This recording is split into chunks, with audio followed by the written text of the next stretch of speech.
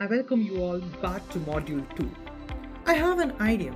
With time, evolution in the way of life has always been a constant. Improvisations have been made to every device or items in today's life, which makes life much simpler and problems simpler to solve. For family troubles, we have lawyers. For damaged roads, we have public works department, and so on and so forth. With emerging young minds, we have been able to tackle more situations wherein non-renewable sources of energy have been replaced with renewable alternatives, making conservation of energy a more fulfilling process. One such example is of Neem Kumar Banathia, a Canadian civil engineer. Mr. Banthia identified that renewable resources like coal are being used up heavily to reduce its usage in some form. He came up with a fix. He made a road in Karnataka entirely from biodegraded plastic at a low cost and in such a way that it is self-repairing. This road is not made from coal or renewable resources, but it is just converted plastic. For all the years to come, this road will look the same irrespective of the season or time. When we are stuck in situations like never before, we try to find a solution to them.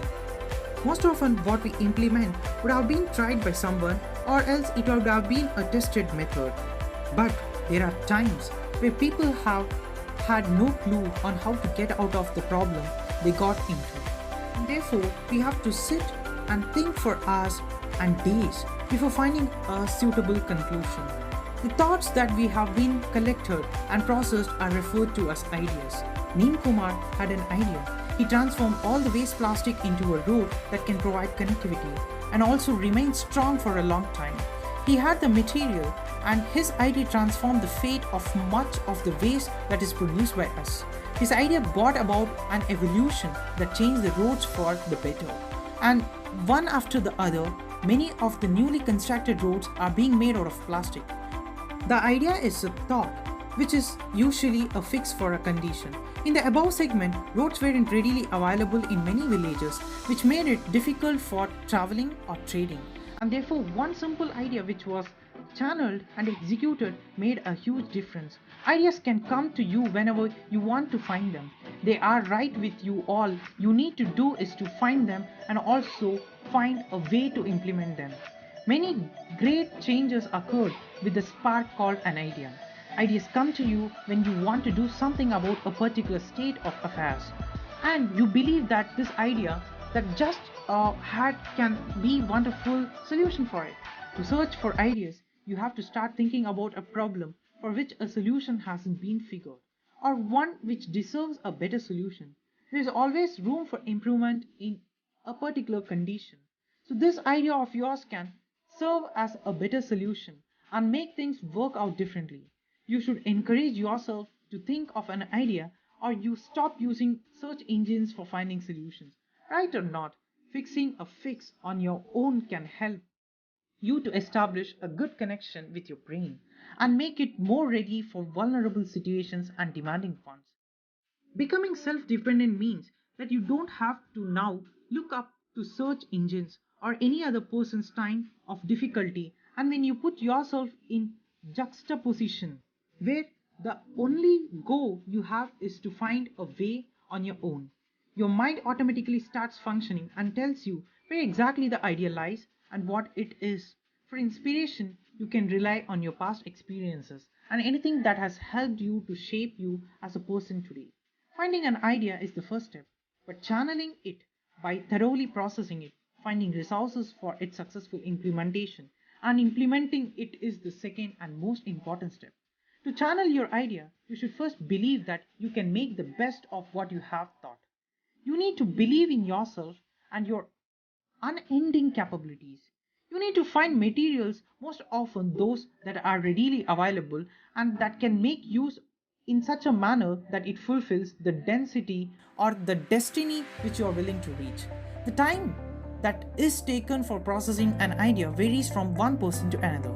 For some, it takes very little time, for some others, more, and that is just relative. What matters is whether you have achieved what you ought in the end. So never give up on your ideas, for ideas are the charges of reality and its perception. Let me now tell you a story that collectively summarizes whatever has been learned in the first two modules. On a fine evening, Rick was walking down the street. He saw a little pup on the road, which was carving for some comfort and also some food. He immediately took out the single 10 rupee note he had in his pocket and went to the nearby store and bought a packet of cookies and glass of milk. He knew that this won't keep the dog full for long, but still he gave the milk and cookies to the pup. He looked around and all he saw was careless wool, walking and running past the subway to reach their destination. That night, the pup followed him to his doorstep, but unfortunately, Rick couldn't keep the pup at home because his wife was allergic to pets. The little dog, wagging its tail, looked at the man with gleaming eyes, as thought asking him to stay with it until forever. There were several like this little bundle of happiness that was waiting to be cat for but in vain. An idea then chanced upon him: shelter for dogs. But neither did he have money nor the energy to feed so many dogs and also shelter them. What he did have was a storehouse in the backyard which was filled with all kinds of worn out car tires which he had collected out of love or back when he worked as a mechanic. A glance at the tires and he knew exactly what he could be doing. He collected all tires, stacked them one above the other in pairs of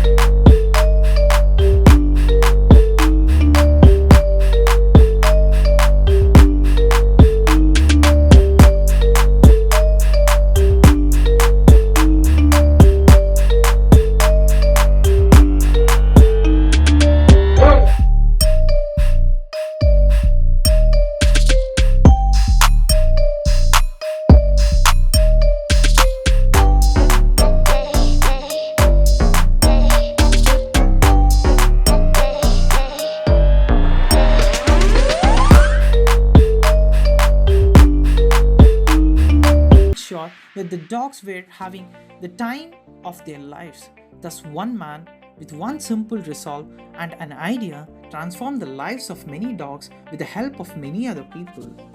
He processed his thoughts, implemented his ideas using readily available resources, but most importantly, what helped him achieve his goal was the fact that his confidence and trust in himself never faded. All this happened because his thought processing was different. He was thinking differently. He thought creatively. Thus, we end Module 2.